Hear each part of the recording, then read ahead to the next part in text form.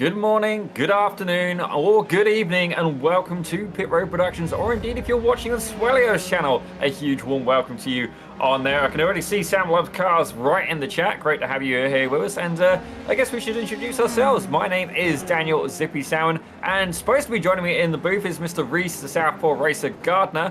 He's currently MIA, but the good news is, ladies and gentlemen, it just means that our producer is going to be joining us on the comms as well today. We're going to have Mr. Rob the Goatee Campbell.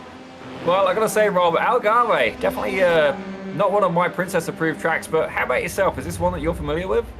It's a track I love, Zippy, actually, off the top of my head. I love this track. I know it's a track that not a lot of people seem to really enjoy, but it's a track that I love, and no matter what kind of car we're driving, I've actually did a few laps this week in the F3, just kind of get an idea what to expect here, and should be a ton of fun if the drivers enjoy it as much as I do.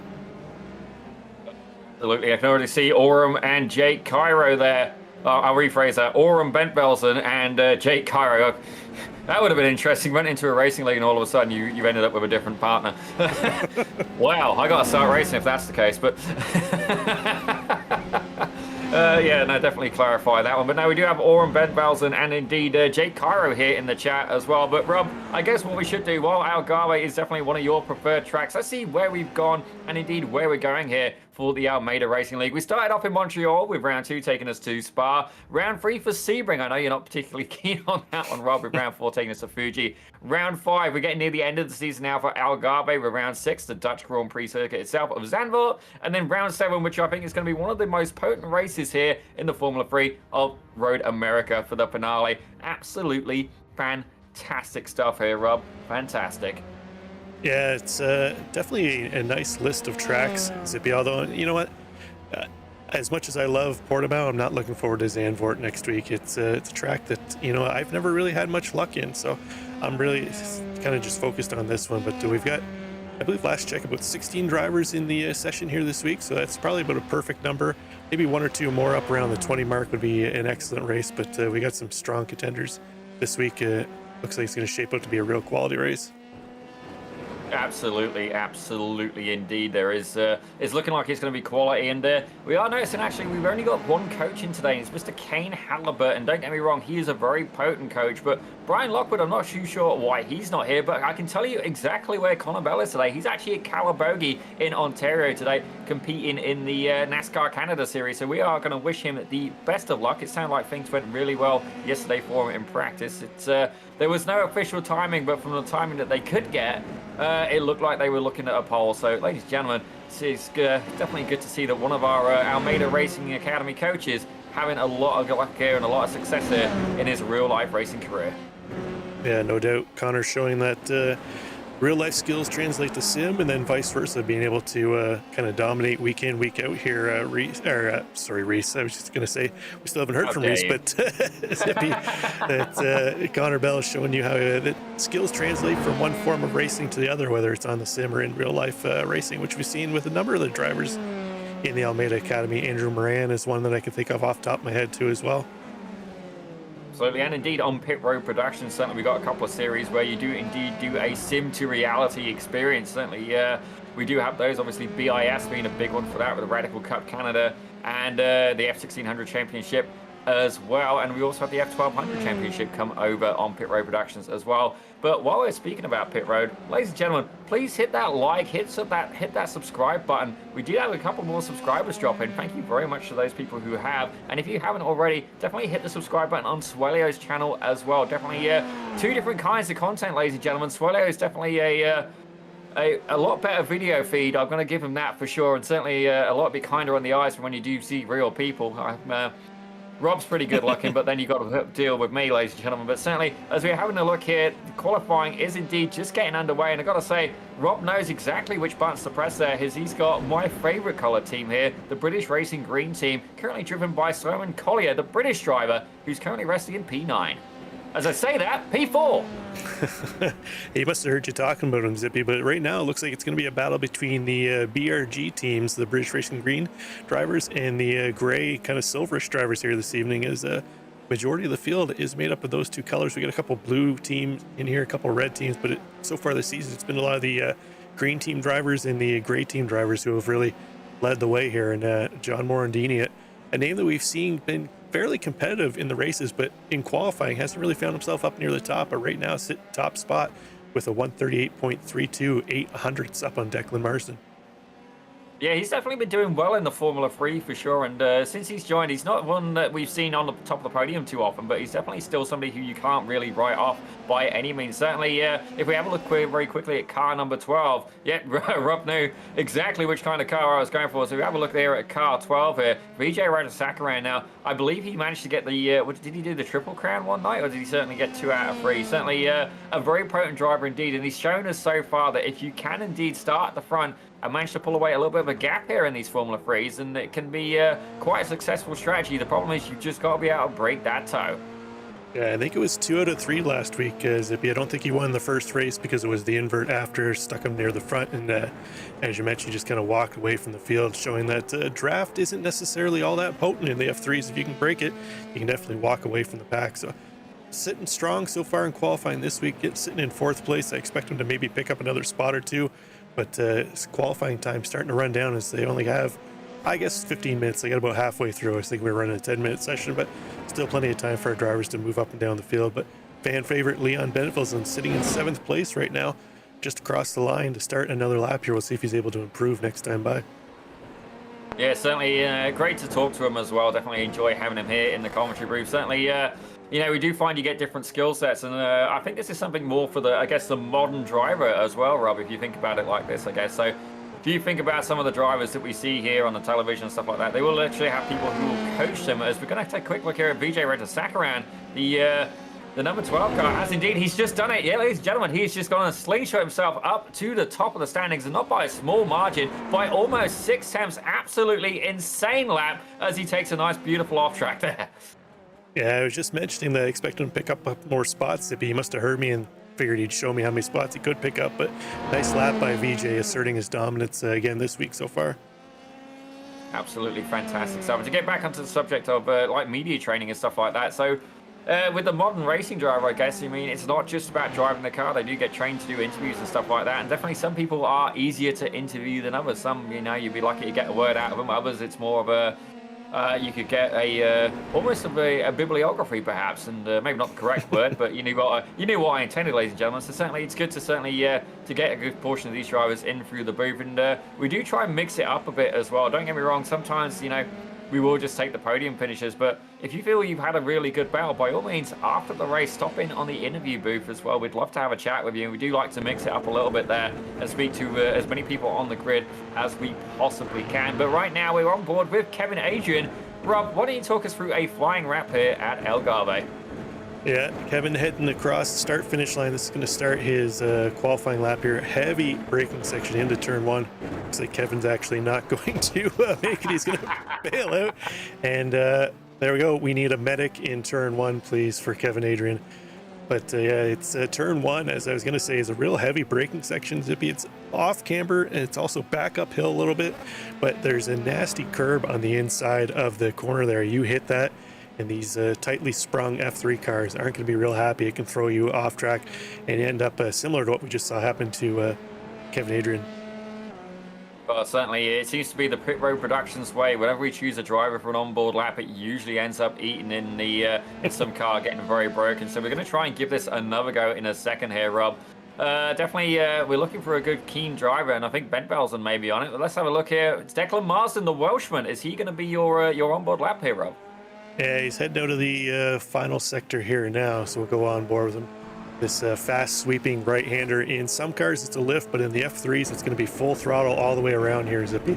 And then down the long front straight. It'll be interesting to see how strong the draft is in these cars this week. I know F3 generally has a fairly strong draft, similar to like the F4 cars, but down into turn 1 where we saw Kevin Adrian bail off last time, hopefully Declan Marsden's going to take us in through. And you can see that nasty curb on the inside. He just kind of tagged it. See the car get unsettled, and he's going to bail on his lap too as well. So you can see how challenging the first sector is for sure. Yeah, well, we are 2 out of 2. We're going to see if third time is the charm, as we are going to try and get you an onboard lap. Thankfully, we do have about another 4 minutes left in this session for free and change, as we're going to try here with Martin Visser in the 137. Yeah, let's hope for third time's the charm here, Zippy. Is Visser heads us into turn one, avoids that inside curb, then it's a double right-hander here. Tricky, there's no brake marker for this section here, so you really have to go by feel and the way you learn the track. Then off camber, left hand, blind corner up here, fades away. It's easy to lose the back end of the car. You see a little bit of correction on the steering by Visser not to lose the back end. And this is probably your second actually great overtaking opportunity down here into this turn. Dive up onto the inside. You can really get a nice run out of this corner, but it's going to be a real leap of faith for some of the drivers to dive up onto there. These cars have no ABS, so it'll be real tricky. Double right-hander again, another area where you can really lose the back end of the car. You have to be careful here. You can see a little bit of correction in the steering by Martin Visser as we head through that section. Well done by him to hold onto the back end. This is probably my favorite section right here. Zippy, the blind right-hander, double right-hander into this corner here. You come out wide, then arc it back in, and then hammer down onto the throttle as you start your charge up into the final sector. Quick little left-hander coming up here, and then it's another shot down the double right-hander that we saw earlier with Declan Marsden before he bailed off into turn one. So we'll see if Visser able to finish up this lap and see if he's able to improve. Currently sitting in, I believe, 14th place, so he'd like to improve on that as he comes around the fast final corner here and up to the start finish line. Yeah, definitely a lot of elevation change and a lot of blind corners there, Rob. I think I've only ever driven this one in a Formula B, and that was enough of a challenge as it is. As I do believe I've just heard from our comrade now, and okay, yeah, it looks like Reese Gardner is indeed going to be joining us in just a moment. Excellent stuff. It's hard to beat the skill and qualities of a Reese Gardner on the mic, even if you have a Zippy on the mic. There is never going to be another Zippy on the mic, ladies and gentlemen. We can save you that peril. I do believe Reese is coming in. It's up to him at the minute. Obviously, you know, real life things happen, ladies and gentlemen. So regardless of what he chooses to do, needs must, you know what, you've got me and Rob here to give you a hand, and we're not going to hold it against him. At least we're not going to hold you know, if he needs a little bit of time here at Pit Road Productions. But certainly we'll see Cairo Ends now. Though this is he's maybe not the crowd favorite, but I've got to say his fan base is incredibly loyal. We got to see we see Canadian Cutting Edge, also known as Jake Ends, there is joining us every week. We did intend to put up a fan cam for him, but honestly, I'm feeling like I've just been run over by a couple of these drivers at this point, and it absolutely blanked my mind. So my apologies there to Jake, but we are hearing that Cairo has had a lot of fun practicing here this week. Yeah, Cairo, one of the drivers that always brings in a big fan club with them, Zippy, and they're here again this week. So Cairo's actually had a fairly competitive season here. We've seen him battling up towards the front, a little farther back in the qualifying standings right now where you probably want to be, but he's had some excellent finishes, some unfortunate incidents too as well, getting tied up in some wrecks that if I remember correctly weren't necessarily all his fault, just kind of got wrong place, wrong time. So it'll be interesting to see how Cairo does here tonight. Well, I do see one of his teammates up ahead of him. I wonder if that could maybe help him on the straightaways, maybe give him a little bit of a draft there, Martin Visser. And I got to say, you do see some of the drivers being a lot more team friendly than others. It really is. Some of these tracks, especially, you need that draft to try and get the most out of it. And this is probably one of the biggest people that you'll see for teamwork. It's Sammy Hendricks in that number 27. Yeah, we'll have to see if he does any bump drafting again for you here, Zippy. I know you're always eager to see if Sammy throws the front wing up under the tailpipe of one of the other cars under each session. He's been one of our drivers who's really kind of pushed the envelope each time. The junior coach, not afraid to get dirty with the front end of his Formula 3 car. Yeah, definitely not. I'm yet to find something that Sammy Hendricks will not bump draft in. As we see Leon Benbelsen, definitely one of the feisty drivers, as that indeed does bring qualification to an end. Let's get ready for your grid, ladies and gentlemen. Look at that beautiful scenic shot. Those tires actually, you can see why they're in a tire wall, ladies and gentlemen. There is a little bit of tread there, but look like they've seen better days. But Vijay Ratasakaran, the Palestine driver, takes the top spot again. Actually, we've got a Palestine front grid. Look at that. Mahid Rahman, he's also one of the novice coaches. He takes P2 with John Morandini in third. Michael Prechuk, the Polish driver, is in fourth with Declan Marsden, representing Wales there. In fifth with Amin Alishai in sixth. Sammy Hendricks takes seventh with crowd favourite Leon Bentvelsen in eighth, with Simon Collier in ninth, and Cairo Ends rounding out your top 10. Yeah, we pick up Martin Visser in 11th. Brian Lenzi going to start in 12th. Garrett Lund in 13th. Andrew Calabrese in 14th, Jan Janchik in 15th, Marco Chacon 16th, Kevin Adrian and Kane Halliburton get around at the 18 car field here today. Yeah, definitely one of the smaller fields we've seen here, but definitely enough so you have people to play with. Now, ladies and gentlemen, this is indeed a standing start. And don't get me wrong, that could be a very good thing or indeed a very bad thing. Myself, I find it's a lot of fun, but definitely you do tend to see a little bit more of a chaotic start. And I got to say, I'm loving the camera work here, Rob. Absolutely fantastic shot there. And you can see the people there in the pit lane absolutely mute with cheers and stuff, ladies and gentlemen. I think iRacing maybe needs to work on the crowd control, and maybe they've just got their voice chat muted, Rob. I mean, that could be it, but you can see the grid lining up here. Definitely, it's going to be a fun race here for Heat 1 of the Almeida Racing League. Yeah, it looks like we're just waiting for a couple drivers to grid up. Sammy Hendricks and our pole sitter, VJ Rajasekharan. So once that clicks off, there's Hendricks now, just waiting for our top dog in this one, Rajasekharan, and then we'll be getting underway. But iRacing fans tend to look like a little bit of zombies, Zippy, so not really all that surprising that we see them kind of mute up in the crowd there. But it's like VJ going to push it right to the very end of the clock here. Yeah, you see that screen at the top of the pit stands as well. I'd love it if we could actually get a hold of that and be able to start, putting our own images in there, our own advertisements. That would be really cool. But it looks like the lights are indeed going up. Rajasekharan's going to be starting on the front of the grid. Are we going to see a little bit of cooperation here between VJ and Mahid? As you see, away they go, ladies and gentlemen. Green, green, green, and Rajasekharan, you can see already able to stay out in front, but side by side, back in P3 as Michael Prechik and John Morandini go side by side, and it looks like indeed Mahid Rahman is indeed going to challenge for the lead. Yeah, it looks like Rahman thought about making the move up the inside, backed out, but now those two Palestinian drivers starting to break away already, Zippy, from Michael Prechik in third place. We'll see here if Rahman goes for another move down into turn 5 here. It's the second real great overtaking opportunity I mentioned early on, but it looks like Rahman going to stay tucked in behind, see if the two of them can start to pull away from drivers in behind.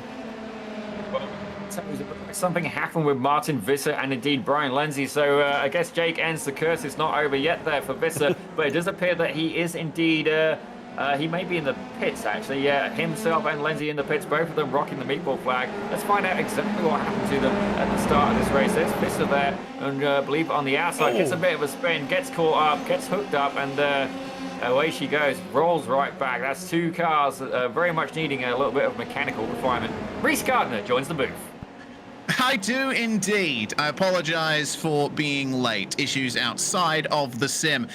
But I came just in time for the start of this race and are already making their way around to the end of the first lap here. VJ Rajasekharan is starting to pull away here from that pole position. And something that we've become a bit used to, Zippy, the similar form that we saw at Fuji the last two races at the Japanese circuit. VJ Rajasekharan just as fast there, and it seems like Algarve is smiling on him as well. But Rahman and Prechuk here, not much between them here at the end of lap 1. There he goes up the inside, trying on Mahid Rahman, who goes wide through turn 2. Gently does it. Oh, there we go. That's big. That is big. Massive incident. And apparently it's blowing out my mic, so I'm going to turn that down. Well, all it is, Reese, is it's having a hard time containing your excitement, and I gotta say, I completely understand that. Poor microphone is definitely seen some action, as indeed has the 23 driver, Leon Benbalson, looking to try and make his way up, but it looks like Amin Al-Shahi trying to get in on the action. Cairo Enns now in a fight alongside Sammy Hendricks. These two guys side by side as they're going up through the left-hander. It's going to be Cairo Enns versus Sammy Hendricks, 27 versus 332. They've been side by side for 2 corners now, maybe even 3 corners now, and it looks like Enns is going to get on the inside line. Can he hold off the novice coach? Sammy Hendricks looking to fight back on the outside, ladies and gentlemen. Yeah, this is really good fighting here, and well, looks like Team Blue Cars love darting out of the inside line very quickly at every single corner of this race. Sammy Hendricks now trying the exact same thing, and that might be a little bit too deep there. That was almost a massive crash, and it's caused a spin for Cairo Enns, and it looks like we've had Al-Shahi and Halliburton caught up in that one as well. Jan Janchik has gone right into that one too. That is massive crash once again. This has been a really tough start to this race, to say the least, Zippy. Yeah, definitely not what they had in mind. Let's take a quick look at the replay. Enz versus Hendricks. I gotta say, beautiful move there by Hendricks up on the inside. And it looks like Enz just gets a little bit loose there. Kane Halliburton get caught in that. Yan Cheek almost ended up mounting his teammate there. Both of these cars actually, looks like Enz and indeed, yeah, just Enz with a meatball flag at the minute, but a few drivers definitely falling casualty to that, Kane Halliburton included. But right now, VJ Ratasakaran, we've seen him do it before. Can he do it again? He's pulled out a 1.7 second gap, but Mahid Rahman now going up against Declan Marsden with Leon Bentvelsen and John Morandini very much in pursuit. Yep, the top 5 have managed to avoid the worst of it here. That incident ended up taking out Alashahi, Enz, and Halliburton from the race. So, yeah, that's quite a race of attrition that's going on at the moment. But, yeah, this fight is continuing on here for Mahid Rahman. Right now, he doesn't have much company behind, but it is a Team Blue car still. Declan Marsden now trying to go up the inside here. This middle section of the circuit has a lot of great overtaking opportunities if you can play your cards right, but seems a lot of drivers are finding it difficult to make the moves cleanly.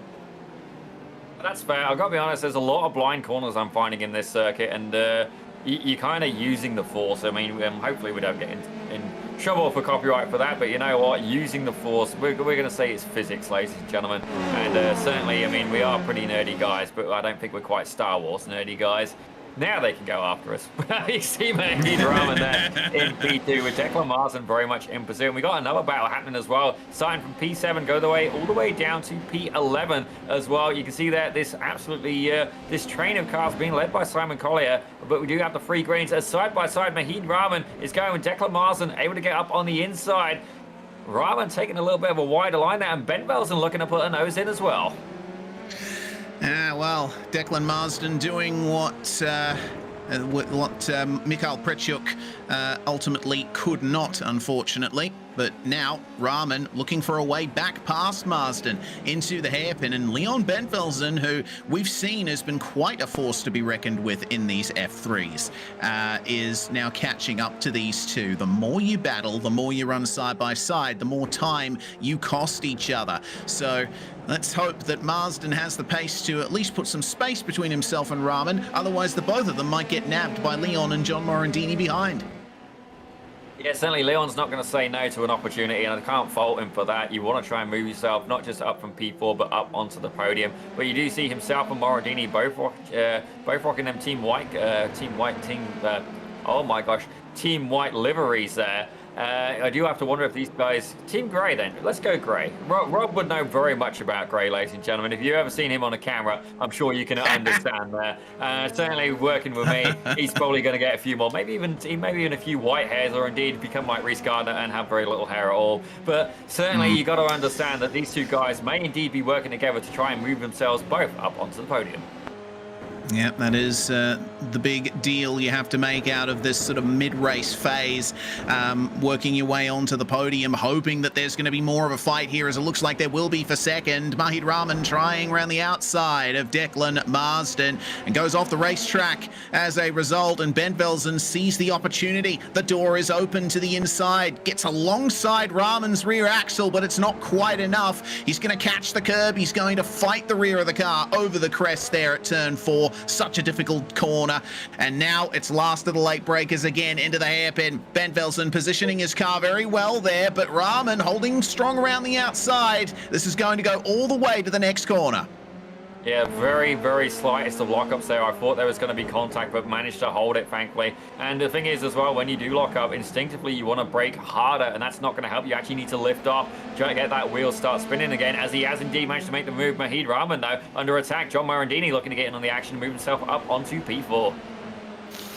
Yeah, nicely done for John Morandini to drive cleanly while these guys ahead have been fighting. Sammy Hendricks is now a part of this battle too. Seems like every time a pass is made, another driver joins the fray, and now it's bookended by Team Blue machines. In fact, it's almost a perfect mirror image. You've got a blue, a grey, a black, a grey, and a blue. It's what's the word? It's a palindrome. It's a palindrome of cars for second.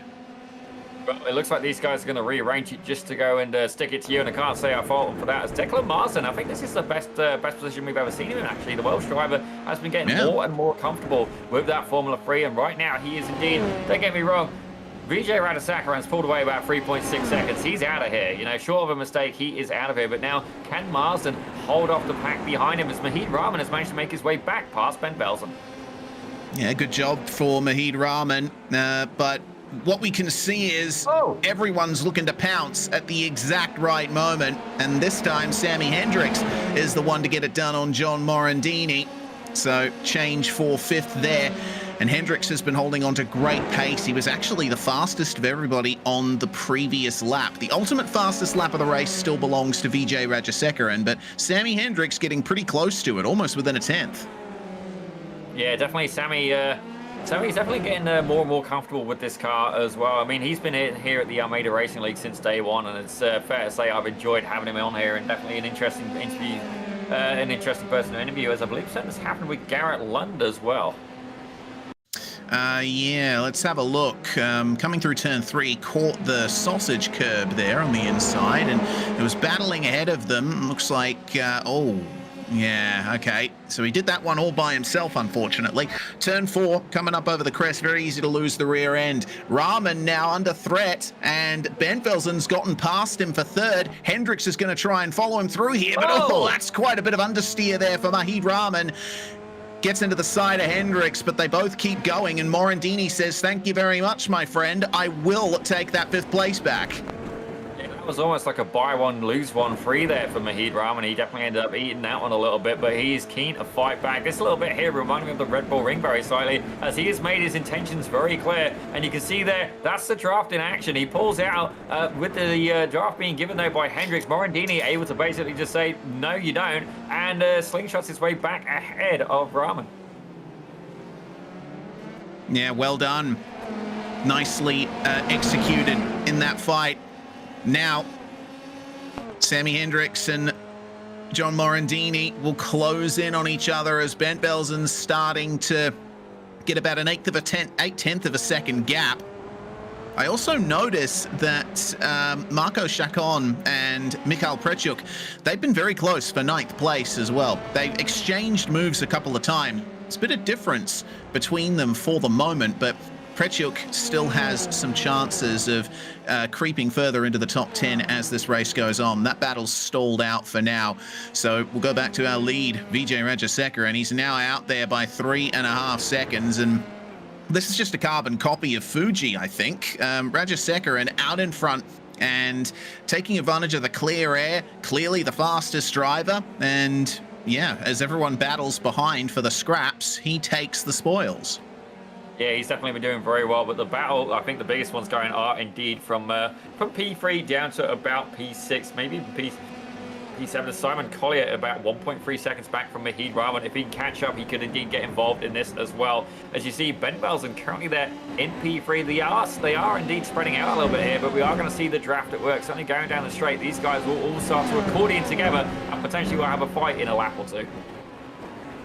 Yes, all it takes is one error, one missed turn in, brake or apex, and it'll bring everybody back together again. But Ben Belsen showing from the very start of the season that the F3 is the car that suits him the best out of anything that the Almeida Racing League has run, save for probably the LMP3 in a previous season. He really likes these stiff, slick-tired cars, doesn't he? Yeah, it certainly seems to be working well for him as we see a little bit of a lockup from Hendricks behind. But I got to be honest, if I think of all of the races we've broadcast here on Pit Road Productions and indeed on Suelio Almeida's channel as well, for sheer action, I think the LMP3, that race start, Jose Carlos at Interlagos, yeah, that was actually 5 wide, and we're just like, oh gosh, that was one for the record books. Certainly was. Maybe this pass is going to be one for the record books too, because Sammy Hendricks is now on Leon Ben Belsen for the podium, and you see what he just did there? He went for the over-under. That's a perfect way to execute that corner, and he's forced Ben Belsen defensive. Try and stick it around the outside. Bit of oversteer as he tries to maintain the side-by-side, but it's not going to work out for him this time. Needs to get into the slipstream, take advantage of this long run. That's effectively the last proper corner they just went through. There is one more turn to go, but it's flat out in these cars. Yeah, absolutely, and certainly, you know, he's putting in a good battle there, but he's got to worry about the number 5 of John Morandini right behind him. Incredible stuff. As you see the slipstream in action there, Hendricks able to pull up. We're going to see a side-by-side going through turn 1. On the outside, oh, they almost interlocked wheels there. Bentvelsen was pushing it, and here comes Morandini to take advantage of the little bit of action through the first turn there. You don't want to run side by side through there for too long because you just cost each other about half a second or so. But Morandini loses the rear end at turn 4. And that's going to be the end of his involvement in that fight. He will remain in the top 10 for the moment, but it looks like Chacon and Prechuk have made their way past him. Still a few seconds back to Kevin Adrian, so Morandini is still safe in 10th for the moment, but that's a huge loss for him. Yeah, we are indeed on the white flag lap as well. It's getting near the end of this first race. And I've got to say, it's been a race full of action. Certainly battles happening throughout the field as we return to the battle between Michael Prechuk and indeed the Team Raccoon Racing of Marco Chacon. It looks like Prechuk has managed to close in a little bit there. Is he going to be able to make his way past the number 11 car? It was a battle for 9th. Now it is a battle for 8th, and Marco delaying his turn in a little bit there. That might give half a chance to Mikhail Prechuk, but for the moment, looks like plenty of space between them. Prechuk does seem more confident on the brakes, though. None of that is in the mind of Vijay Rajasekaran, though. Absolutely cruising out the front. He is going to take the first win of the night here at Autodromo Internacional do Algarve. Declan Marsden and Sammy Hendricks make it an all-team blue podium. Well done to the both of them. Bentvelsen and Rahman will round out your top 5. Yeah, I have a feeling that's the first time we've seen a solid podium from a whole team. I don't think we've seen that yet. Certainly, it's definitely good for Team Blue. That's going to absolutely help them in the points championship. We are hoping to get some information on that as well. Certainly, I believe there were some issues with a bot, from what I understand, which helped calculate all of that information for us. And you know, hopefully we can get some graphics pop up. But you can see there, Vijay Rajasekaran. Oh, okay. Apparently, we were going an extra lap. The timing screen's glitched out for us, so the race isn't actually over yet.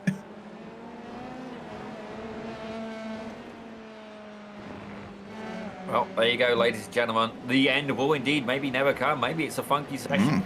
Maybe it is a race till the end, ladies and gentlemen. Race until you drop. Certainly, that would be an interesting endurance race. Let's just see how long you can keep going. Actually, does remind me of, I don't know if you heard about this as well, Reese. There was a driver who did the 24 hours. I think it was Daytona solo. And he actually, I don't think he finished, but he did like 18 or 19 hours of it. And he, don't get me wrong, he got disqualified, but you know what, power to him. It actually got quite a little bit of a following on Reddit as well. Yeah, my good mate Keenan Kusin, streaming as Aero on Twitch, actually has done the Daytona 24 solo in the past, but solo win here for Vijay Rajasekaran, and there he goes. And Marsden and Hendricks will complete your podium with Bentvelsen and Rahman rounding out your top 5. Take 2, absolutely nailed it, if I do say so myself. Marco Chacon beats Mikhail Prechuk to the line. Andrew Calabrese finishing ahead of them in 7th, and John Morandini lucky to hold on to a top 10 after his incident there in the dying laps. I've just realised what the part is I did mean to do earlier. We didn't do the race format, Rob. That's what we forgot. I knew there was something. But again, this is why we keep Reese around, ladies and gentlemen, because he keeps me accountable and indeed tries to keep me in order. Here you go. So they had a 60-minute practice with 50 minutes of open qualifying. Heat race 1 was 15. Heat race 2, 15 minutes with a randomised invert, ladies and gentlemen, with the feature race being 20 minutes long, set by Heat 2. I do believe they do get one fast repair now. And it is indeed a fixed setup, ladies and gentlemen, as we see Jan Janchik there making his way across the line. Yeah, that was certainly a difficult one for Janchik, and well, I think he's just demonstrating there what he thinks of his race. It was a real tough one for him, involved in an incident not of his own making. So hopefully he has a better race 2 and 3. Amin Al-Shahi, the other driver who got involved in that crash that Cairo Enns was involved in, and Al-Shahi a little bit slower than I thought he would be there coming through the last couple of turns, but looks like he might still be able to hold off Cairo Enns. Yeah, it looks like enough space to the line, and it's complete for the both of them. Yeah, ends going sideways across the line, and, well, I guess he didn't need that rear drive shaft anymore anyway.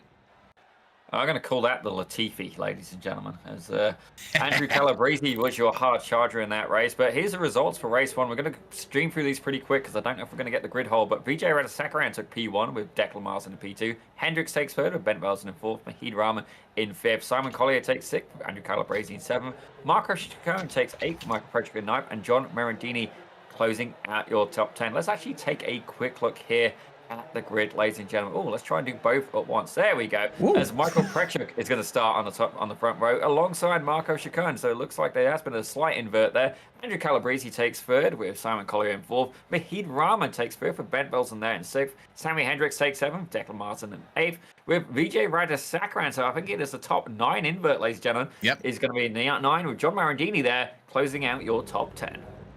Yeah, the top 9 getting inverted for this one. In 11th, Kevin Adrian with Garrett Lund alongside on the 6th row. Yan Yan Cheek and Amin Alishahi on row 7. Cairo Ends, Martin Visa, Brian Lenz and Kane Halliburton will round out your field. 18 cars to take to the start here. So turns out that battle between Pritchuk and Chacon was quite significant. It defined our front row for this second race. Plenty of opportunities to get big points from this one and put your name on the board, so to speak. Pritchuk having his issues in race 1, but he clearly has the pace to fight for podiums, so maybe this start from the front will work out for him. Yeah, hopefully. I mean, we have seen it happen time and time here again with the Formula 3s. If you can get out front and start to form a little bit of a gap there, it can work in your favor. Let's give a little bit of a shout out, though, to the Academy coaches. On this occasion, it's going to be Kane Halliburton. Thank you to him. He did actually give us that grid hold. He's going to be rocking that number 13 car. I think he got up as high as 8 positions gained earlier on. I do wonder if he can do even better this time around, hopefully able to avoid any incidents there. Cairo Ren sadly getting into a little bit of an incident earlier on, but hopefully able to do a little bit better this time around. Certainly we've got Jake Enns there in the chat cheering him on and wishing him the best. As here's your pole set, ladies and gentlemen. Well, we did have him. Let's go back again. Yeah, Michael Prechuk, the Polish driver who's going to be starting us off here for Heat 2. Yep, 40 seconds remaining on the grid timer, so it just builds the tension, doesn't it? And I'm hearing one driver who's been revving their engine sky high ever since they got onto the grid. I think it might be either Prechuk or Chacon, who's maybe trying to warm up their engine for the start here. Algarve, of course, a track with plenty of time on throttle. So the warmer your engine is, generally the better top speed you'll get. At least that's the philosophy that a lot of drivers follow. We'll see if that works out for them. As it's 3, 2, 1, grid timer over. All of our drivers are on the grid at the moment, and we'll get ourselves ready for the fight for race 2. Lights up, revs rise, and they drop. Here we are for the start of race 2. Pretty good start from Marco Chacon. He's going to try and draw alongside Mikhail Prechuk into the first turn there, but Prechuk widening the line into turn 1 will cut across the front of him and protect the lead. Moves happening behind as well. Simon Collier keeping Sammy Hendricks and Leon Bentvelsen behind him as puffs of smoke everywhere you look. And one car has turned around. Looks like it might be Alishahi. Oh dear, Collier forced wide in the midst of all of that as well. Yeah, that was Yan Yan Cheek getting caught up in that incident earlier on with Amin Alishahi, but we already see a little bit of bumping, a little bit of banging there, and Prechuk has managed to pull away a 1-second gap. Is this going to be the opportunity he needs to get his win here at the Almeida Academy? Marco Chacon currently in second, leading a couple of cars with him, but it looks like Mahid Rahman is going to be going at it with Andrew Calabrese, and Vijay Radhasakuran as well is going at it side by side with Sammy Hendricks. Battle of the Blues there, and that's going to be of small benefit to John Morandini, who has the luxury of choosing whatever line he wants behind them, but maybe has to back off a bit here into the braking zone. Big slide up ahead. That's Calabrese that slid wide, and he will fall back to 16th place. Yeah, cold tyres, gentlemen, cold tyres. Actually, speaking of gentlemen, we'd love to see a few more ladies taking part in this as well. By all means, anybody can drive a race car. Certainly, nothing against blind people. I think you might find it a little bit challenging, but certainly, you know, it is getting more and more we're seeing more and more of it. Certainly, I can think of a certain broadcast we do that is specifically geared to getting women in motorsport, but we'd love to see some more here in the Almeida Academy as well. And indeed, the Academy is for anybody. As I see more chaos behind, I think that may have been Garrett Lund. Yeah, Garrett Lund somehow lost his rear wing. Looks like rear end contact from Martin Visser, and he wasn't able to get through the final corner. So, yeah, there we go. The incident had already happened at that point, but Garrett Lund trying his best to get through the final corner, and the Team Red cars having to go off there to find their way past him. Yanchik was one of them. Cairo Enns was the other. And it looks like Yanchik just taking a little stop there to clear some damage, it seems. Look at this. The fighting is on for sure up behind Marco Chacon and Leon Bentvelsen. This is the battle for Declan Marsden here, trying to get into 8th place. Morandini and Rajasekaran side by side. That works themselves out around the outside for VJ. And Kane Halliburton right on the back of them as well, up into 9th. Yeah, it's one of those things. While we know that Halliburton is indeed quick, it's one of those things where he might be going, you know what, I think I'm going to let this cool down a little bit before I start putting my nose in there. And I couldn't fault him for doing that. As you see, a whole stream of cars ahead of him, certainly at these kinds of speeds as well. You certainly want to be careful, as that looks like a move there from Simon Collier going in against Brian Lenzi. And I don't know if he quite got away with it. It looks like Collier able to hold on to that position. No, not quite. Lenzi did actually make it by. Yeah, nice job there from Brian. And up from 17th to 12th, a solid run up the field thus far for Brian Lenzi.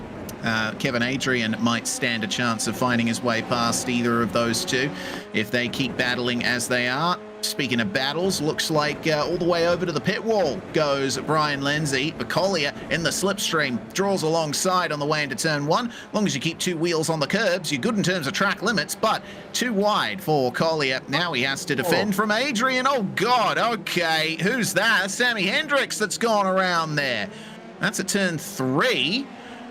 Obviously a move gone awry, and Bentvelsen's found his way into 2nd. Let's find out what happened. You see there a little bit of curb, but not enough to unsettle the cars. Hendricks there on the outside gets a little bit caught up there on that Team Grey car.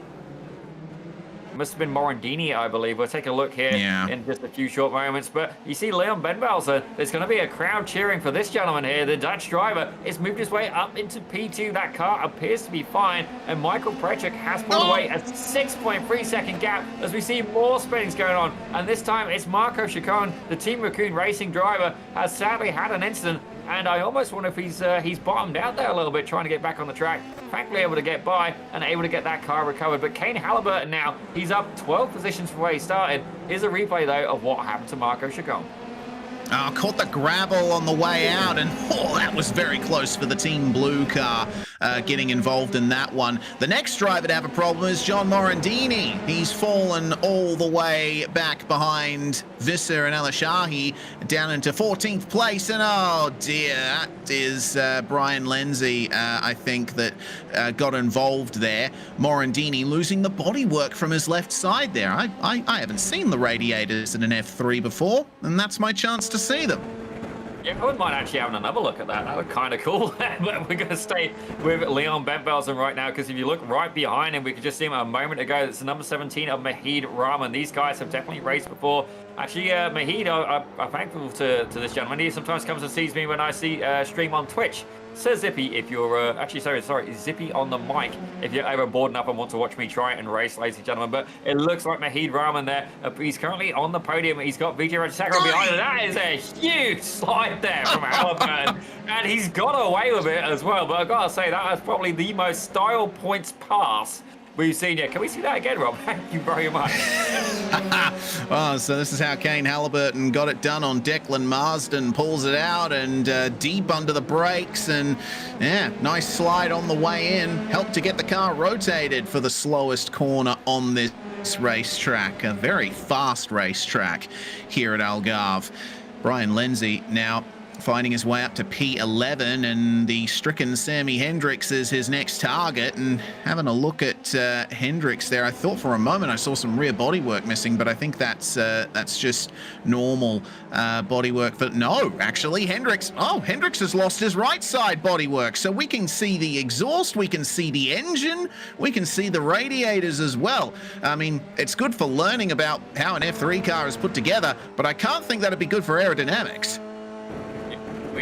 Rob's going to be all over it, trying to find which cameras he's got to really show us that. And look at that. That's fantastic stuff. And you do have to wonder as well, like, how on earth they fit so much engine and technology in such a small space, ladies and gentlemen. That's why I'm only 5'10", if just in case you're wondering. But you can see here, Sammy Hendricks in P10, but he's got Lenzi behind, just 0.2 of a second, 0.1 of a second. Lenzi is hot in pursuit. As you can see, that exhaust really... what an unusual layout. Tubular manifold goes forward and then doubles back. Interesting. Some serious curvature there, quite limiting in the flow, actually. Well, you are a mechanic by trade, so you would know what you're talking about in that respect. Well, maybe you'll see a job working for an F3 team at some point in the future if you can connect the dots on that. Halliburton up to 5th place, meanwhile. And Vijay Rajasekaran is his next target. This, I think, is what demonstrates what we've been talking about the last 2 rounds the best. The leader has the advantage in these cars. Great slide from Halliburton there. But Rajasekaran, he was the runaway winner for race 1. Now that he's got a couple of cars ahead of him, all his pace is just gone. Yeah, it's almost like he is a horse in the stable, and the next person who's going to be looking to make a move past him is indeed Halliburton there, who at this point I almost wonder if he's showboating. But don't get me wrong, I've driven the F3 car before. It was a while ago, and you can slide it around a little bit, but you can only get away with that for so long because there's only so much heat you can get in them tires, and then after a certain point they just fall off and you're basically driving on hockey pucks, ladies and gentlemen, as that is definitely going to be a challenge, as we see in a little bit of an accordion effect here. Are we going to see 2 wide, 3 wide, as Ben Belson was able to hold on to that, and Rajasekaran makes his way up onto the podium. Indeed he does. Mahid Rahman now having to defend from Kane Halliburton. Great move at turn 1. Yeah, let's see. How soon does he go over to defend? Does he even defend? Because Halliburton seems to love making passes at this hairpin. Pulls out of the slipstream, but Rahman just as late on the brakes as Halliburton is, and able to hold him off on the way through the tight left-hander. That's a good exit once again from our coach. Is there anything he can do to find his way past here? It is an overtaking opportunity, but you've got to really get the car in front of you unsettled if you want to get past there. So your next opportunity is up here back at the top of the hill, descending down through the dip. The elevation changes around here are incredible. And Halliburton deciding it's probably best to try and make the move on the start-finish straight. Risk versus reward race, that certainly seems to be the name of the game, but certainly anywhere can be an overtaking opportunity if you're foolish enough to try it. Myself, I'm yet to find a corner I won't try and make a pass at, ladies and gentlemen. It makes for a more entertaining, albeit slightly slightly colourful race, ladies and gentlemen. Let's just say I'm not going to be able to scream much about it. But right now, you see Kane Halliburton there in P5. He is indeed very much up the rear wing of Mahid Rahman, that 17 car, and looking to make his way up towards the podium. But right now, Rahman really doing his teammates a solid there, able to hold back the coach for a little while, who's now up 14 positions, as it looks like Vijay Rajasekaran now going side by side with Ben Felsen, fighting for second place. Wow, completes the move at turn 1. Benvelsen clobbering the sausage curb at turn 1 there. And in the midst of all that, Rahman passed by Halliburton. Now Kane is trying on Leon here. Got to be careful with the throttle application through this section. It's very easy to run the ragged edge of disaster, powering over the crest, and Bentvelsen making a slight move to the inside there, knowing that he needs to now start defending from Halliburton, who gets contact from behind. Rahman's lost his rear wing. Did Marsden get into the back of him there? I'm not sure. It looked like a three-car incident, and Mahid Rahman a little bit of a sitting duck. Let's have a look from the rear wing camera here of Kane Halliburton to see exactly what happened. There's Rahman coming in. Locks up a little bit, just tags him, and that blue car as well. Who's that now? The number 16, Marsden. I believe. That's Marsden. Marsden getting caught in it as well. Man, that's a shame. All it took was a tiny little tap. Marsden didn't really play a part in the main incident there. Just looks like, yeah, Halliburton, I think, ran a bit deep. And so Rahman then got into him. They both slowed up, and Marsden didn't really have time to react. It almost looked like, oh, let's doggy pile on the coach. And I feel sorry for Kane. They absolutely tackled the guy. And it's fair to say that that's put him back out of this race. Poor guy's not having much luck, but in some ways as well, I do have to wonder if there's a bounty on the coach at this point. Certainly, we're not going to endorse it, but if it just happens to happen, you know, it's a little bit of a giggle. Sometimes when you see like some of the pro drivers here on the iRacing service, you know, you always want to be, you know, like I passed this driver, or I got murdered by this driver, or I did murder this driver. Not literally, as that is a little bit of a murder there. Brian Lenzie getting on a bit of a roller coaster there, and what a absolutely fantastic save. Can we see that again, Rob? That was phenomenal. Oh. Yeah, thank you very much, Rob. So Lenzie was fighting with the Team Blue car up ahead, and I think he might have missed the... No, he didn't miss the braking point. Jesus, Mary and Joseph. First time I've seen in this race, in this series actually, the old open wheel hazard of banging wheels. And well, that couldn't have been good for the spine. Thankfully, this is virtual racing. Yeah, that definitely would have been a brown flag moment for sure. And certainly Sammy Hendricks as well, I've just seen has picked up a meatball flag, so a little bit of damage there on his car, that number 27. But right now, it's looking good for Michael Prechuk. He's currently, the gap has dropped a little bit there. VJ Artisakaran has managed to pull him in a little bit here. But here's an onboard from Brian Lenzie. You're going to see it. He's coming in, he's using the slipstream, just goes a little bit too close, gets caught up, left rear wheel. And I wanted to watch his steering inputs because I got to admit, full lock, hold on, and what a save, ladies and gentlemen. Definitely the best save we've seen of the day so far. Well done, Brian Lenzie. Yeah, very nice indeed. He did get some damage to his front wing from getting the curb there, so he might be down on pace for the rest of this race. But we are having not long to go here for Mikhail Prechuk. It's I'm showing as 1 lap to go. Seeing a replay here of Marsden coming out of the pits, and he's just slowed down, it seems. Not sure what's going on there for Declan Marsden. Maybe suffering a black flag from unsafe pit entry or speeding in the pits, maybe. Unsure. But regardless, the race is over now for Declan Marsden as well. Only 14 cars left running. And Mikhail Prechuk out in the lead now by 5.5 seconds. Just goes to show you get into the lead of one of these F3 races and there's not much anyone can do to topple you. Don't worry, I'm sure I could screw that up myself. I'm better off being in a pack of cars than being left to my own devices, just doing clean laps.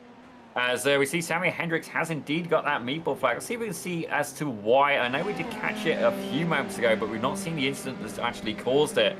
Let's take a quick look at his car. Honestly, that doesn't look that bad. Well, he is still missing the right-hand bodywork, but that damage was already there before. So something else must have happened to Hendricks.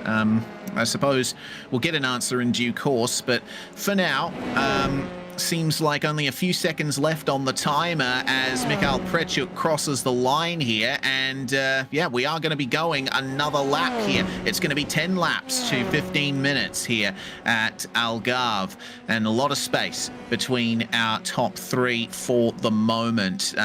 Fights happening really at the back end of the top 10. There's Hendricks and Lenzie for 9th and 10th, and this is where they are at the moment. Hendricks, of course, still dealing with that meatball flag, so he's probably not going to fight that too hard. Lenzie gets by without much fuss, and Cairo Enns and Marco Chacon are within a second of each other as well, so could be potential for a fight there. Looks like it's just going to be a bit of a processional last lap in the case of everyone else.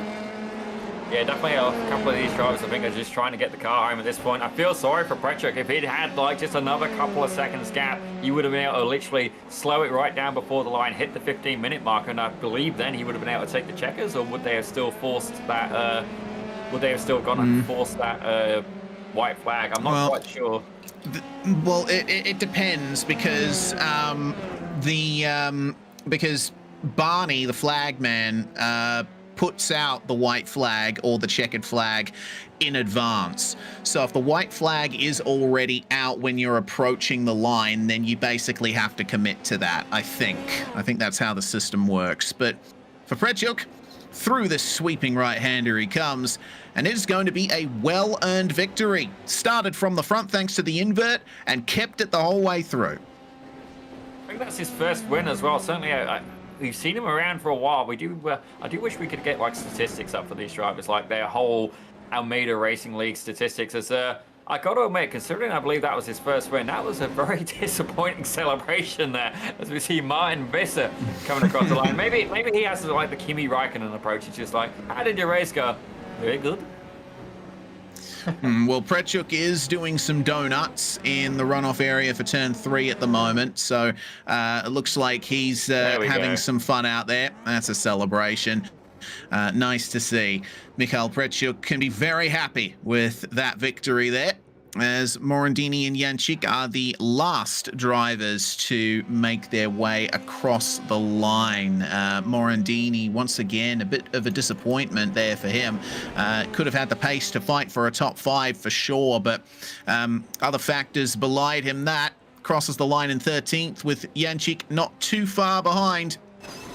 And that's going to be, once again, Jančić coming across the line and immediately destroying his car because he's not happy with how things went down for him in race 2, getting involved with that incident in the runoff area at the last turn in the opening laps. Prechuk takes the win by 4.7 seconds. Vijay Rajaseka and brings home a 1-2 for Team Blue. Bent Velzen, another podium to his name in the F3 series. Collier and Calabrese round out your top 5 with Visser, Adrian, Alashahi, Lenzi and Hendricks rounding out your top 10. Cairo ends, Marco Chacon, John Morandini, and Jančić are your last finishers there with Halliburton, Marsden, Rahman and Lund all unfortunately falling by the wayside. So we'll keep that going from here, Zippy. We do have a warm-up session coming up. For now, time for a little word from Swelio. The Almeida Racing League is growing fast. Hundreds of drivers, multiple splits, broadcasted races, and it's not just about individual winning, it's a team championship. You race with your own squad, you learn how to compete, and you grow together. And we don't throw you into the races blindly. Every week, we help you prepare with pit parties to train side-by-side battles, workshops with live coaching, 20 driving challenges with full tutorials, and even group raids into official iRacing races after the league night. For just $25 a month, this is the most complete training experience in sim racing. Join us as a member today to start your advanced training and racing with us. I'll see you on track.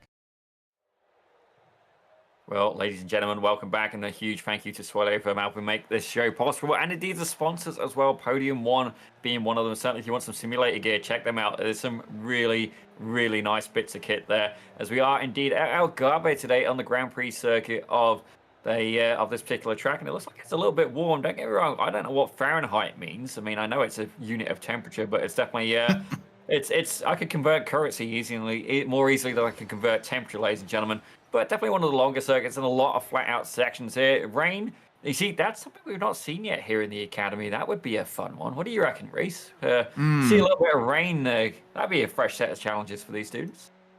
Yeah, certainly. I'd love to see a bit of wet racing going on here. It's been pretty sunny conditions for the majority of the F3 races so far. So let's take some grip away from those tires, if you please. Regardless, I think that this track is lending itself well to some fantastic racing. But yeah, it seems like if you're in second on back, there's there's no chance of gaining anything on the leader. Clear air is so important in these F3 cars. We saw it at Fuji, we saw it here. Anytime you come to Jančić is obviously exploring the limits of what is collidable out there on the racetrack. You get into the lead, you get the clear air, and you're uncatchable. So Prechuk taking the win in race 2. He's going to be starting on pole for race 3. I think, barring an error on the first lap, he might still have it. Yeah, certainly there is indeed opportunity. As I gotta say a thank you to Payoff Wizard on Swellio's channel. He's saying, bro, 124 degrees Fahrenheit is sun surface hot. So it's fair to say that there is, I see Jake Ends in there as well, as it looks like Yan Cheek. Ironically, it seems to be that most of the time we have him on the broadcast, he appears to have a wrecked car, and I don't know if that's specific to just this warm-up session, but certainly, definitely, as you said, if I look at my event log right now, it is lit up with lots of black flags. Maybe he's starting to get the marshals to do a little procession there. Maybe it's a little dance we're not aware of. But let's maybe focus on somebody who's actually driving. It looks like Martin Visser is out there doing Team Red's very proud. And oh my gosh, Canadian cutting edge there. Jake Ends with the translation for me. Thank you very much. 51 degrees Celsius. Okay, that is flipping hot. Certainly is. You crack an egg on the tarmac, give it about 10 minutes or so, it'll probably cook through. It's rather warm in virtual Portugal at the moment. The time is 3 p.m. in sim, and it's static. So this weather is going to stay the same. It has stayed the same throughout the whole night. It's oh man, I can't imagine how much understeer these drivers will be getting through those faster corners. Well, this makes me a little bit more curious as well. Why are we getting some spins on the early stages of the race here? I guess the tires do indeed take a little bit of time to get up to temperature. They probably have, I believe this in Fahrenheit is about 120 degrees Fahrenheit is a good operating temperature, but don't hold me to it. Actually, Rob, I imagine, would probably be pretty hot on that one, actually. 125 degrees Fahrenheit is also a pretty good temperature to have filet mignon at, apparently. I should know I do eat quite a bit of steak. So, yeah, leave a nice bit of beef fillet out on the circuit for a couple hours in these conditions, and you will have yourself a very nice meal. Probably taste of rubber and motor oil, though. Yeah, certainly we are indeed pushing Reese to get the Cooking with Reese channel going, ladies and gentlemen. I'm certainly going to watch it. But right now, we're going to have a look at this. And this is fantastic opportunity here for Michael Pritchard, if he can indeed hold off the second place car of VJ Radisakran. And in third, Leon Bentvels in the crowd favorite. Simon Collier, that's the highest I've seen him come up in the standings. He's in fourth with Andrew Calabresi in fifth. Hopefully those two Team Green cars can work together. As we see Martin Visser in sixth. Kevin Adrian, good to see him moving up in seventh with Amin Alishai in eighth. Brian Lenz in ninth. And Sammy Hendricks closing out your top 10. Yep, in 11th, Cairo ends with Marco Chacon alongside him on the 6th row. And we will have the next row being Morandini and Yanchik, Halliburton, Marsden, Rahman, and Lund round out your field. So I'm hoping that Yanchik is going to avoid any difficulties here as the lights are out. And away we go for race 3. A poor getaway for Vijay Rajasekaran. Too much wheel spin. He falls to fourth. Simon Collier and Leon Bentvelsen get past him into turn 1. And Andrew Calabresi is going to try and get up the inside there. Rajasekaran turns around and, oh dear, looks like Yanchik and Visser have gotten involved in that too. Marsden around as well. Oh lordy, Cairo ends involved in that incident as well. Big time loss for those guys and big damage as well for Yanchik, Visser, Marsden. Man, they are having such a rough time. Do you think Yanchik might have got away with that one? If I'm looking at the timing, I believe he's on the back of the pack. Red car, blue wheels. So I have to have a look. As I say that, more chaos. He's getting another 4 places. Boy, he's I don't know what he's done. Maybe the crash limit testing was enough for him during the warm-up, and now he's managed to go, okay, I've done that. I can keep the car clean and maybe make a shot at gaining some places. Right now, he's not the hard charger, but he's certainly got 4 positions. Garrett Lund up 9 positions. I gotta say, it does look like a 12th down to 18th has indeed been involved in some kind of incident. It's always a spicy start here, but not that spicy as right now. Prechuk, this could be the opportunity he's been looking for. Can he? Oh no, Bentvelsen's gone wide. Really wide. This is a chaotic first lap. Bentvelsen falling all the way to 7th, and he's going to have to fight his way through to try and get another podium from tonight's action. Oh, man. So I was looking at the incident down at the hairpin, and it looks like Mahid Rahman missed his braking point and caused that incident. He went charging right into the side of Marco Chacon. So have a look at this from Mahid Rahman. He has Hendricks, Halliburton, and Morandini ahead, loses the rear, and bam! Round he goes, and there's nowhere for Morandini and Hendricks to go either. Well, is that how a baby F3 car is made? I think at that point they both knew they were screwed, and Sammy Hendricks just wanted to demonstrate that. Dude, that was funny. Jan Jančík, though, it's good to see he's doing a bit better, as you see. We're looking to try and make his way past Garrett Lund. Now, Lund's not had the best day of racing today either, as we see moves happening throughout the field as Halliburton put his way up on the inside. That's Ben Belson up ahead. I recognize it purely because of the wheels, ladies and gentlemen. Kevin Adrian currently up 2 spots and in P5 as well. And it looks like Prechuk's been able to run away a little bit. That gap now, 1.4 seconds. Prechuk is executing this race very well at the moment. Kevin Adrian finding his way into 5th. Ben Belson miraculously holding on to 6th place even after his unfortunate running wide. I don't know if there was another car involved in that. We might have to check, but Ben Belson is one of the paciest in these F3s. So he'll waste no time trying to get past here. Has a look up the inside of Kevin Adrian. First lap crash replay here, focusing on Cairo Enns. There was contact behind, but a bit more contact up ahead. Enns wasn't even involved in the real incident there. He was able to get it going, but wow, upside down there, I think, was Rajasekaran. So this is VJ, 3 wide, and that was contact from, I think, which car was that? Oh, good Lord. So Marsden was the blue car involved. Who was the red car? Was it Visser? I believe so. I know Visser did have to take a repair. Yeah, so it was Visser we are hearing. That's unfortunate. Yeah, it feels like we'd been building up to an incident like that all day long. But yeah, it took until the longest race of the evening where, you know, it's going to be, I mean, the goal is to last as long as you can and treat it as a bit more of an endurance than a 15-minute race. So to have that happen to you in the first corner, it has to sting. Well, in some ways, I actually think Cairo Enns might get lucky there, having that little bit of over-rotation on the cold tyres, because it did actually save him from a good portion of incidents. And he's currently in P11 with an undamaged car, albeit 3 seconds back from Garrett Lund. So they are hopefully going to battle a little bit there. Maybe he can make his way back into that pack, because if we look here from P2 down to P10, these guys are all relatively close to each other, and the Team Green cars are taking up 2nd, 3rd, and 4th there. We've seen a couple of incidents from Ali Shahi and Calabrese today. Can these two guys not only have a clean race but keep themselves up on a podium? As Ben Belson there, if he gets any closer, he's indeed going to have the nose of that Formula 3 up the exhaust pipe of the number 18. Yeah, he's getting the hurry up from Kane Halliburton as well. Good exchange between Alashahi and Calabrese. Looks like Alashahi the quicker of the two, so they'll try and fly in formation and keep these two behind them. Ben Belson sees Halliburton pop to the inside. Side by side again, brushing over. Oh dear. Both of the Team Green cars go off there. Calabrese and Alashahi obviously wanting to fight a little more over that position. That's just given Ben Belson his podium back.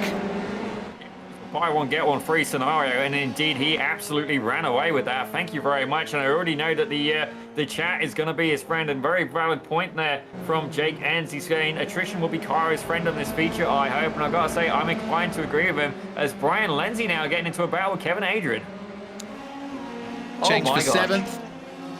And, well, see Jan Jančík right up the back of them as well. This is a good opportunity for Jančík to finally get a result worth talking about tonight, having to make his way from 14th on the grid for this race.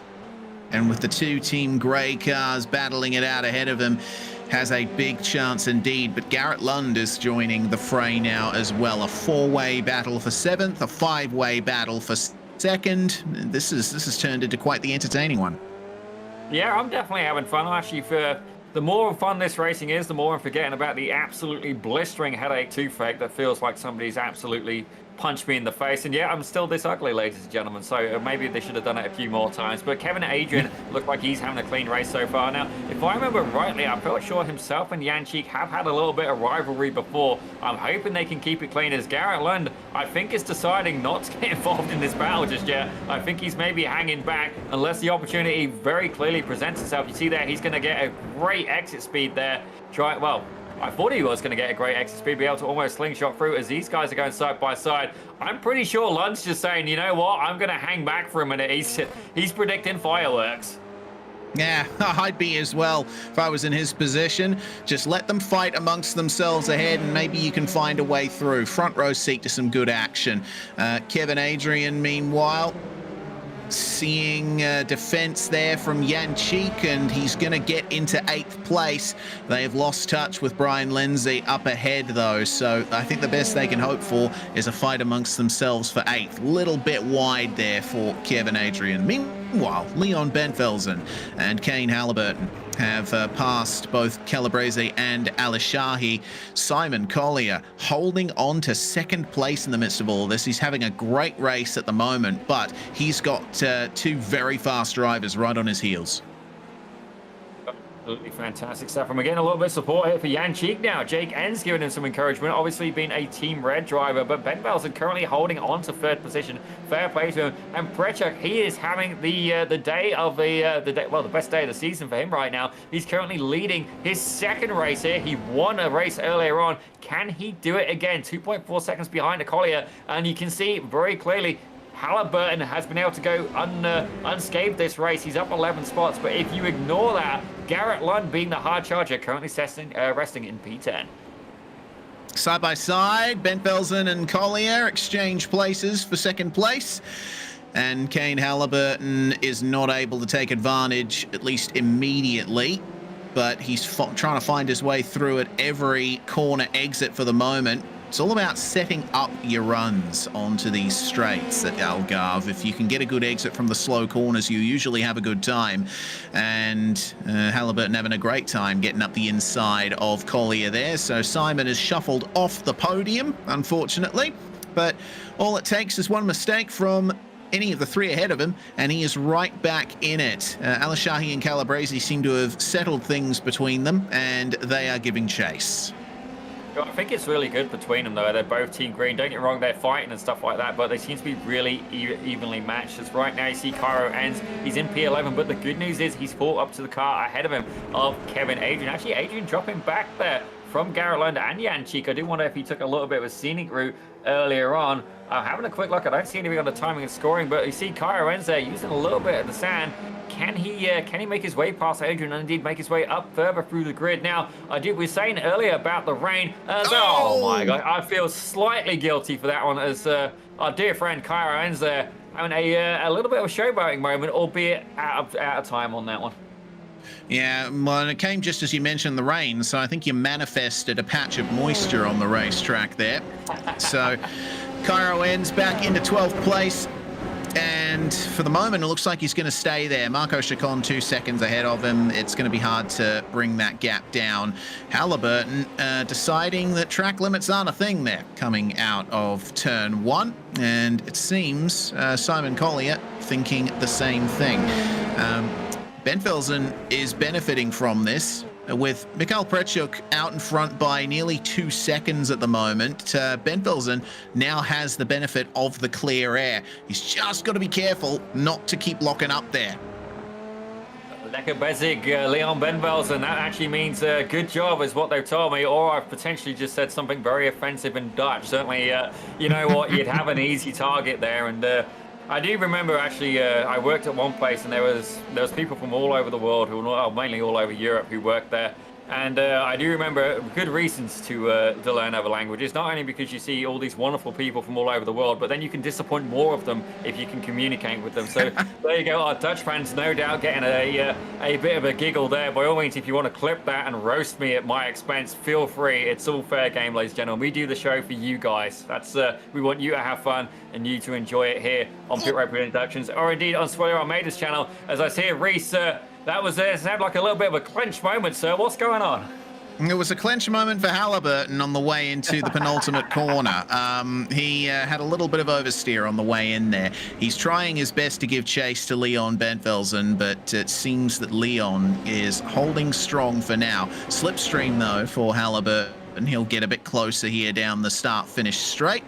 And into turn 1 they'll come. Prechuk is sort of keeping that gap consistent. I think Benfelsen and Halliburton, they are both quicker, but they're a bit too involved with each other at the moment. They're allowing Prechuk to keep that gap. Well, let's not tell Aurum, ladies and gentlemen. I'm sure she would want to defend her man, but don't get me wrong, Halliburton is indeed a very potent man. He's almost like the Chuck Norris here of the Almeida Racing League. He doesn't set a time, he is time, ladies and gentlemen. Track limits are defined on his say-so. As you can see, he's currently there in third, up 12 positions, and definitely keeping Ben Valzen occupied for sure. Yes, indeed.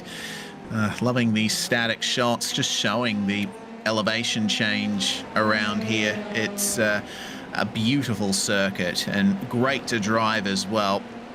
Ben Velzen will be driving more in his mirrors at the moment because that golden machine stands out in any conditions.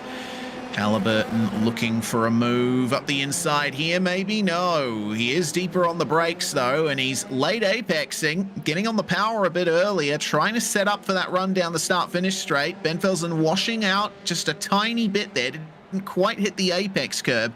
So this might be the move Halliburton's looking for.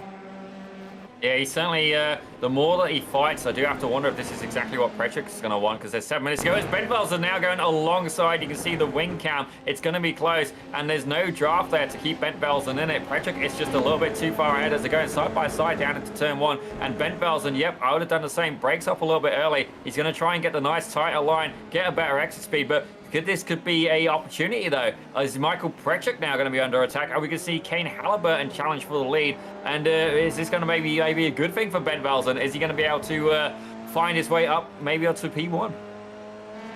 Well, if Ben Velzen can latch onto the back of Halliburton and follow him, then they'll both get to the back of Prechuk.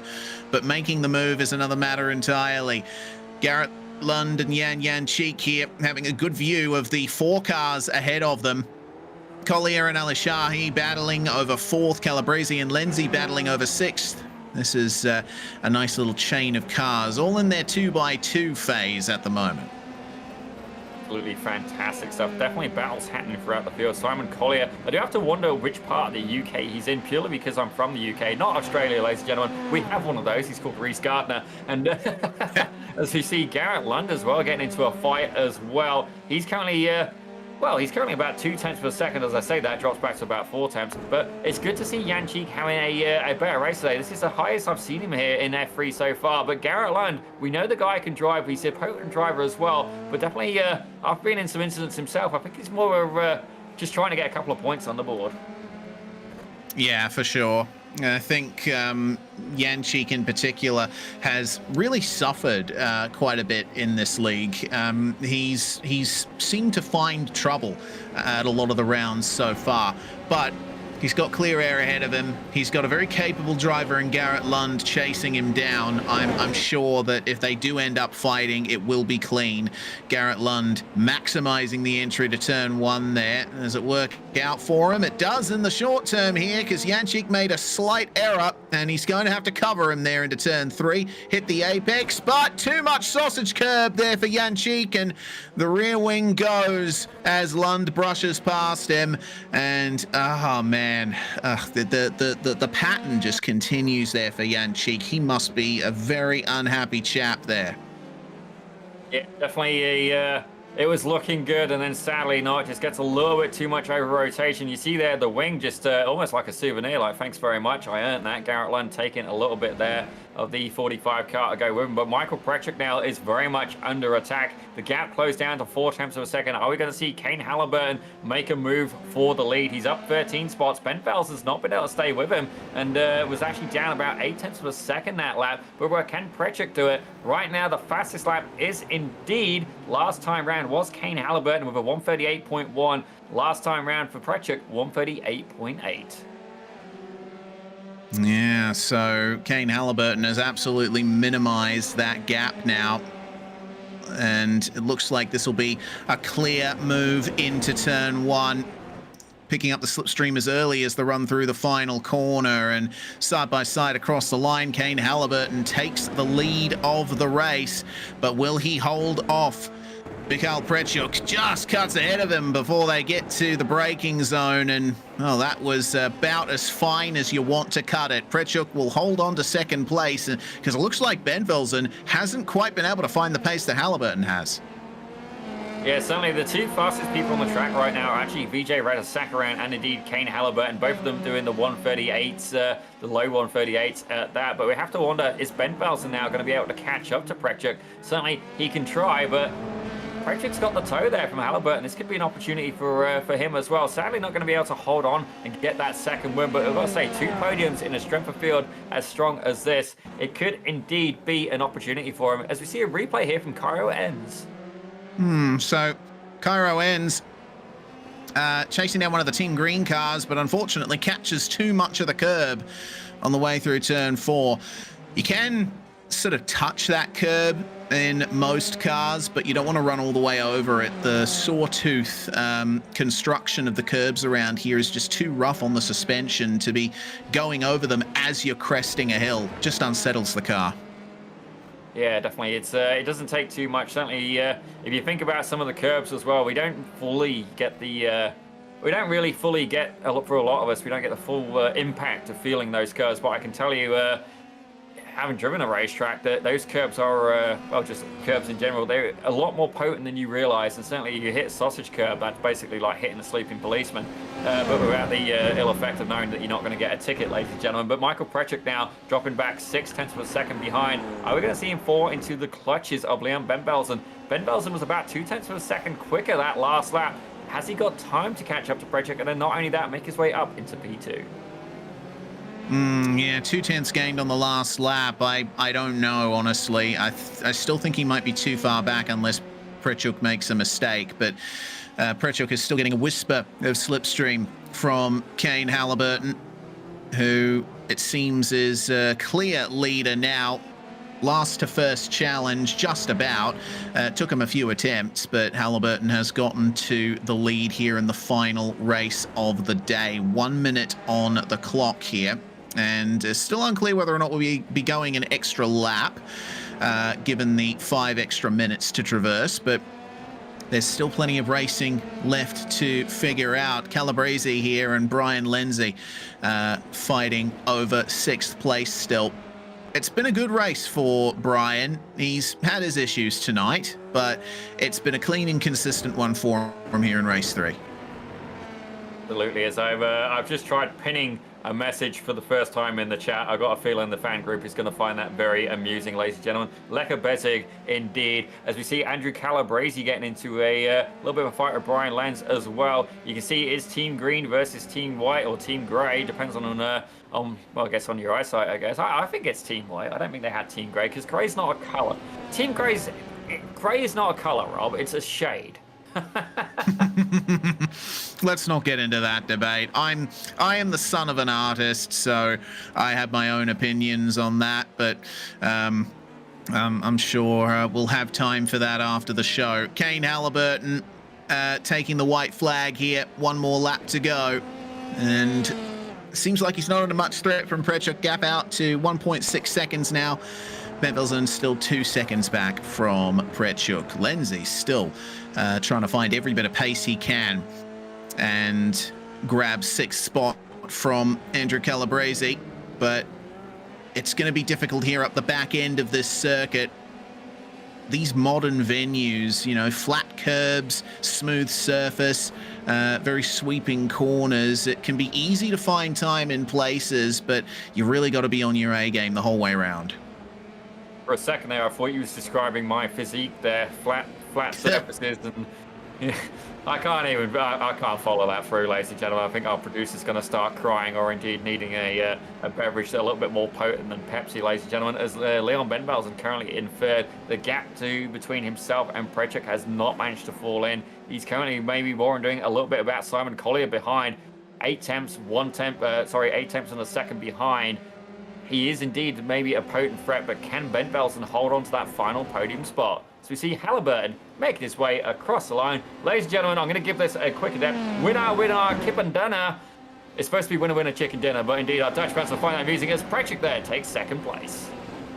Yep, Collier and Al-Shahi round out your top 5 there behind Ben Belson, and Brian Lenzi wasn't able to close the gap to Andrew Calabrese there. Garrett Lund, he had had his fair share of fights with Kevin Adrian there, but they traded spots a while back, and That's going to be the end of things for them. Cairo ends, rounds out the top 10 after a very difficult day of racing for him. Certainly had the pace to contend. Marco Chacon, a quiet day of racing for him. An 8th, a 12th, and an 11th. Martin Visser. He looked like he was going to come under threat from Jan Jančík in the final couple of laps, but he managed to increase the gap there. Takes 12th. Jančík took a pit stop to reattach the rear wing, and he manages to get to the finish, which is great to see. And Vijay Rajasekaran out there as well after a pit stop for damage repair. Far from the heights that he reached in race 1. That's going to end the action for today. Halliburton, your winner, with Prechuk and Bentvelsen rounding out your podium. Collier and Elishahi in the top 5, and then the top 10 rounded out by Calabrese, Lenzi, Lund, Adrian, and Enns. Marco Chacon, Martin Visser, Jan Jančík, and Vijay Rajasekaran are your final finishes. Retirements from Morandini, Marsden, Hendricks, and Rahman. Very tough time for them, and probably some lessons to be learned coming into the remaining rounds of the season. And well, we can move through to driver interviews first. Up is going to be Leon Bentvelsen, and another successful day for you in the F3 here, Leon. 2 podiums out of the 3 races today. Looked like you were enjoying yourself out there. Yeah, especially grinding, just like Tony Hawk. That was awesome. only lost a few positions, but sweating carrots, guys. It's crazy. Yeah. I mean, the track temperature certainly played a part in that as well, up to 51 Celsius here today. You must have been struggling with turn-in at points. Yeah, and getting on power again. It was really... Only smooth inputs could save you. And even then, it was so easy to lose the front or the rear. But great fun, again. Yeah. Yeah, some great battles with Halliburton in the final race as well. Well, looking forward to the rest of the championship. You've carried some great form in this F3 car, and I suppose now you start your prep for next week and hope to keep that momentum going. Yeah, thanks. Yeah, keep it going. It's the only thing you can do. Practice as much as possible, and be there on Saturday. Thanks for having me, guys. Yeah, thanks for coming in, Leon. A pleasure to chat to you always. Bye-bye. Well, Leon Bentvelsen will celebrate his double podium there, Zippy, as looks like you've got a bit of a choice here as to who to talk to next. You've caught up with Vijay Rajasekaran. Well, Vijay, the first thing we're going to do is see if your mic working this time, sir. Yep, it is. Hey, there we go. Ladies and gentlemen, the man, the legend, the number 12 driver, Mr. Vijay Rajasekaran. And I got to say, definitely a good day for you. P1, a P2, and then a P14. So definitely a little bit of a mixed bag there, but it looked like a good day for Team Blue. How did you feel about Algarve today? I kind of have mixed feelings about the track because I like the layout. Long sweeping corners, the elevation changes, but the curbs are awful. They're so bad. The car is so unpredictable over the curbs, but yeah, so I wouldn't say I love it, but it's all right. And yeah, I mean, I was really happy with my quali because it came out of nowhere. You know, just completely focused on that lap. I don't know how. It was just really, really satisfying. But in the future, I don't know. I don't know if it was my fault because, to be honest, I'm on a single monitor and I didn't see Andrew on the outside, and yeah, and then cold tires just lost control, and yep, could have been better, but yeah. Yeah, definitely, we do sympathise for you there. Certainly cold tyres can indeed have an effect, but fair play to you. You know what, on a single monitor as well, I appreciate the challenges that has. And indeed, many drivers, I'm sure, have been caught out by cold tyres or indeed been caught out by running a single monitor. But Vijay, before we let you go, is there anybody you would like to shout out for today's performance?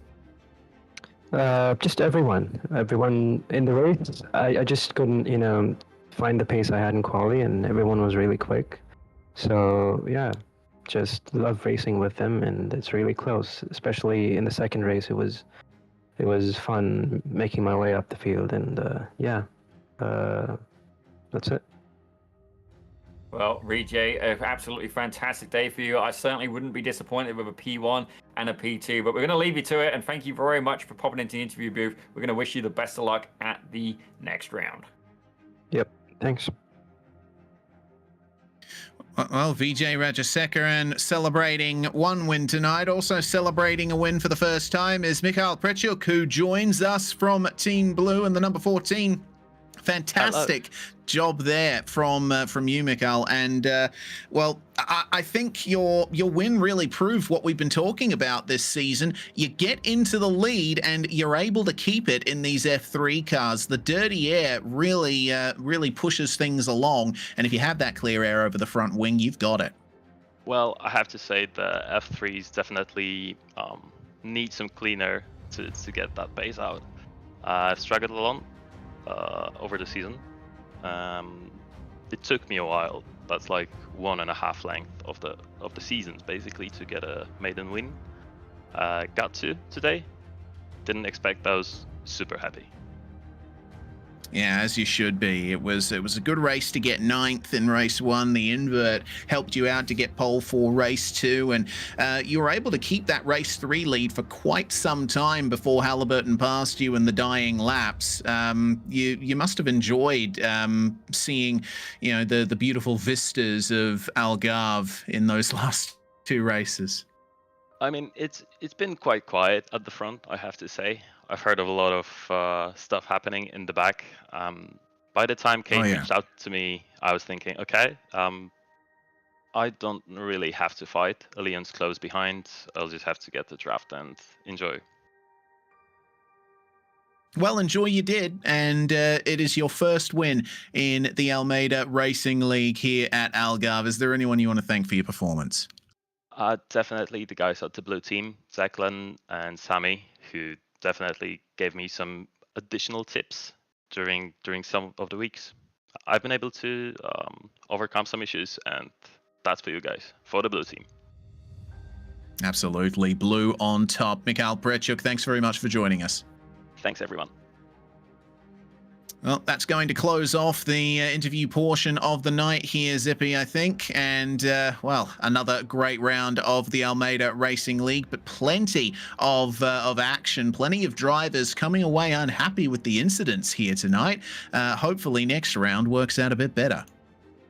Yeah, absolutely. And certainly it does become a risk versus reward scenario. But I'm actually going to give a huge shout out, not just to the drivers and to the coaches, and indeed to the Almeida Racing League, but indeed to the fans, ladies and gentlemen. Because honestly, these have been the shows where we've had the most, interaction here with the people in the chat. And I've honestly, it really does make a difference, certainly for myself in the commentary booth. I love talking to you guys. It's fantastic. So we're going to give these people a little bit of a shout out. We got Jake Hens, we got Aurum in there, we got Hesper in there as well. We got Aurum obviously in there. Let's see, Apple was in there. Wessex. Let me keep going through this list here. And that's on the Pit Road Production side. If I have a look at the Almeida side, we've had Payoff Wizard, Stefan, we've had Blizzard, GT Racing making an appearance, Sam Loves Cars, like all of you people who come and joined us in the chat. Thank you very much. We do enjoy it when you do that, and I do keep an eye on it. We do listen to what you're saying as well. Definitely makes it a difference for us here in the commentary booth. But you know what, ladies and gentlemen, as wonderful as the face is of Rob Campbell and indeed Reese Gardner, and you guys tolerate mine, we are indeed going to have to leave you to it for another week. But we will be back same time again next week, ladies and gentlemen. If you want to see more Pit Road Productions, though, by all means, hit that like, hit that subscribe button. You can get notifications to know when we're going on air. Fantastic stuff. You can suffer us a little bit more, ladies and gentlemen, in the nicest possible way. And indeed, make sure you hit the subscribe button on Swelio's channel as well. Certainly, we're going to wish him the best of luck driving a real-life race car. And indeed, I think he did a meet and greet as well very recently at Mosport. I do wish I was still living in Ontario for that one. But that just about wraps it up for us today here on Pit Road Productions. So I'm going to wish you a very good day, good morning, good evening, wherever you may be, and we'll see you again very soon. The Almeida Racing League is growing fast. fast. Hundreds of drivers, multiple splits, broadcasted races, and it's not just about individual winning, it's a team championship. You race with your own squad, you learn how to compete, and you grow together. And we don't throw you into the races blindly. Every week, we help you prepare with pit parties to train side-by-side battles, workshops with live coaching, 20 driving challenges with full tutorials, and even group raids into official iRacing races after the league night. For just $25 a month, this is the most complete training experience in sim racing. Join us as a member today to start your advanced training and racing with us. I'll see you on track.